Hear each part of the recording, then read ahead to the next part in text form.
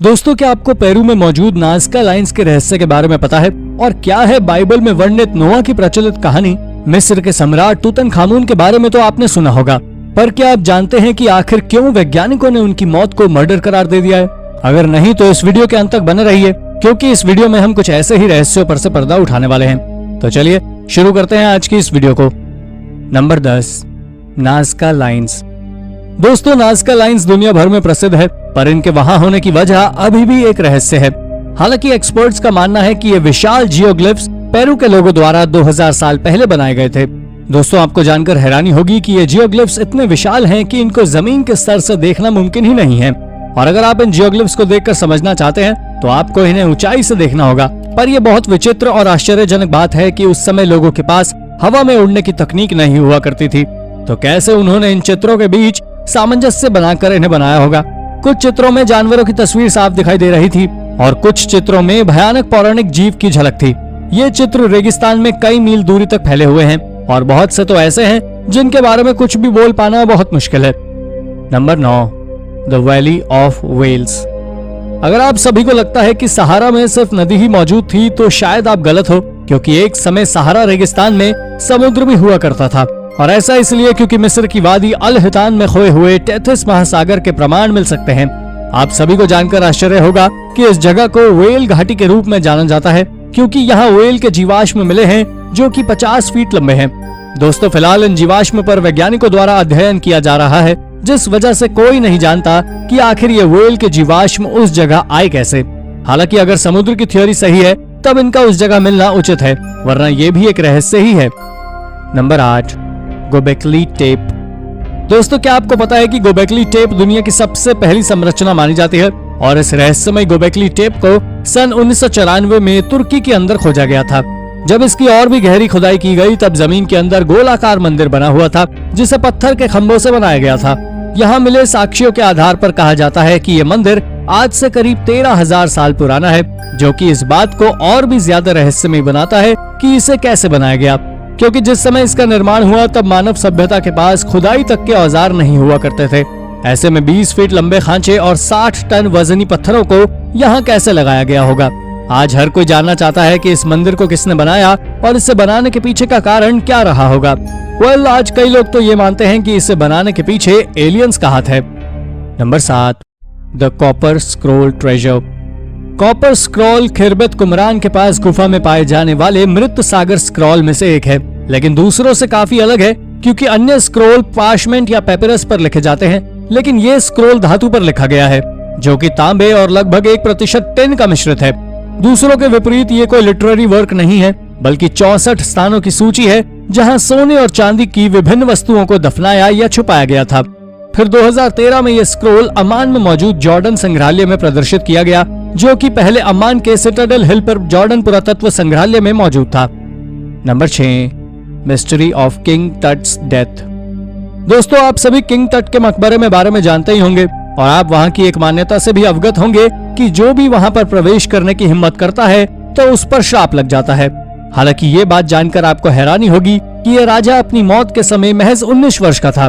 माना जाता है कि वो एक पराक्रमी फिरौन था, पर यह एक सोचने वाली बात है कि उनकी मौत इतनी छोटी सी उम्र में कैसे हुई थी। इसी रहस्य को सुलझाने के लिए 1968 में उनकी मम्मी पर रेडियोग्राफ किया गया और कुछ चौंकाने वाले अविश्वसनीय नतीजे देखने को मिले।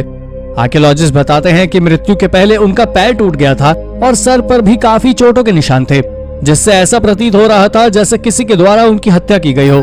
बाद में परिवार और बाकी रिश्तेदारों के डीएनए की जांच के बाद जेनेटिक डिसऑर्डर भी पाया गया और मलेरिया होने की आशंका भी सामने आई है। हालांकि मौत की वजह पर तो कुछ निश्चित नहीं बोला जा सकता, पर इनकी मृत्यु के साथ मिस्र का 18वां राजवंश समाप्त हो गया था। Number 5, Voynich manuscript. Voynich manuscript दुनिया की सबसे रहस्यमय लिखित पन्नों में से एक है। ये एक इलस्ट्रेट कोडेक्स है जिसे अज्ञात लेखन प्रणाली में हाथ से लिखा गया है। जिस वेलम पर यह लिखा गया है वो 15वीं शताब्दी का है और शैलीगत विश्लेषण से संकेत मिलता है कि ये इतालवी पुनर्जागरण के दौरान इटली में रचा गया हो सकता है।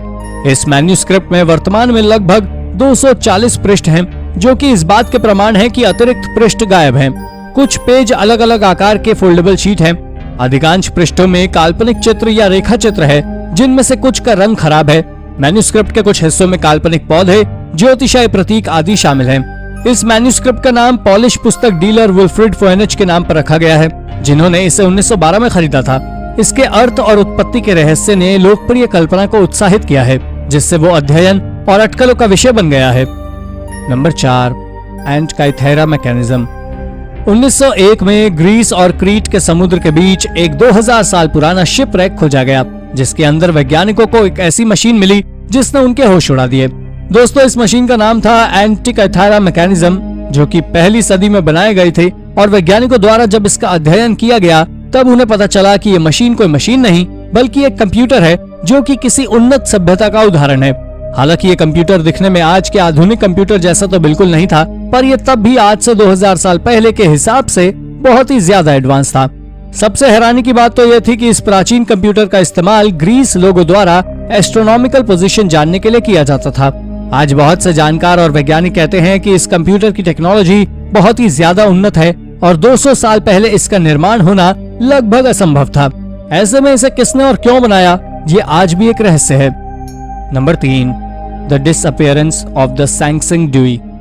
दोस्तों, ब्रॉन्ज एज के दौरान चीन के सिचुआ प्रांत में सैंक्सिंग ड्यूई नाम की एक छोटी सी सभ्यता या कहीं छोटा सा कल्चर शुरू हुआ। दोस्तों, ये प्रांत इकलौती ऐसी जगह है या कहीं ऐसी साइट थी जहां इसे सभ्यता के प्रमाण मौजूद थे, जिनमें बहुत से प्राचीन आर्टिफैक्ट शामिल थे। आप सभी को जानकर हैरानी होगी कि इन आर्टिफैक्ट से पता चला कि यह सभ्यता करीब 1200 से 1100 बीसी के आसपास इस जगह पर रहा करती थी। पर कुछ लोगों का मानना है कि यह और भी ज्यादा पुराने समय यानी कि लगभग 1600 बीसी से इस जगह पर रह रही थी। दोस्तों, याजी नदी के किनारे पर बसा ये शहर अपने आप में ही एक अचंबा था, क्योंकि इसमें बहुत से 20 से 25 मीटर लंबे कैनाल्स बने हुए थे, जिन्हें नेविगेशन, डिफेंस और बाढ़ रोकने के लिए बनाया गया था। हालांकि जब से 1929 में एक किसान द्वारा जब से इसे खोजा गया है, तब से ही ये आर्टिफैक्ट्स वैज्ञानिकों के लिए एक पहेली बने हुए हैं, क्योंकि कोई नहीं जानता कि कोई आज से 5000 साल पहले ऐसे आर्टिफैक्ट्स कैसे बना सकता है। Number 2, Noah's arc.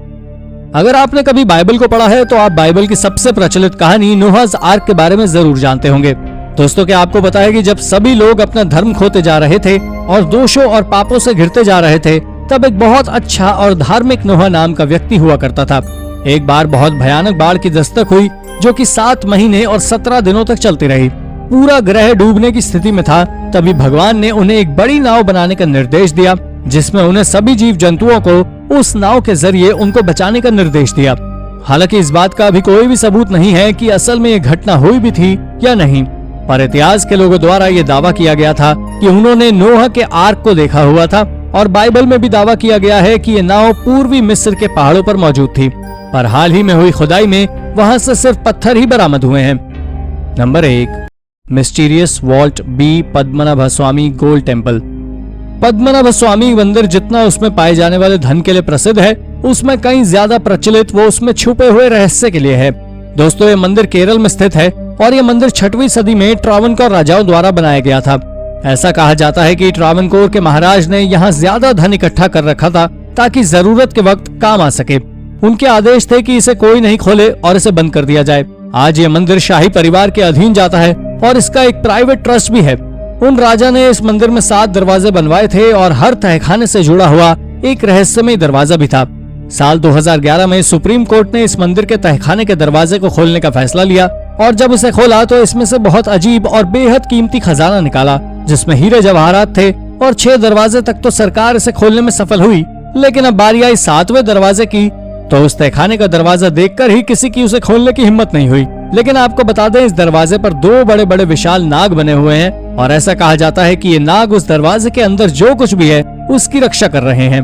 आपको जानकारी दे दूं कि ऐसा नहीं है कि किसी ने उस दरवाजे की खोलने की हिम्मत नहीं की। दरअसल बहुत लोगों द्वारा इस 7वें दरवाजे को खोलने की कोशिश की गई, लेकिन वो या तो मारा गया या फिर दोबारा कुछ बोल नहीं पाया। तो दोस्तों, ये थी हमारी एक और इंटरेस्टिंग वीडियो। अगर आपको वीडियो पसंद आई हो तो इसे लाइक करें और हाँ, जाते जाते चैनल को सब्सक्राइब जरूर कर दीजिएगा। धन्यवाद।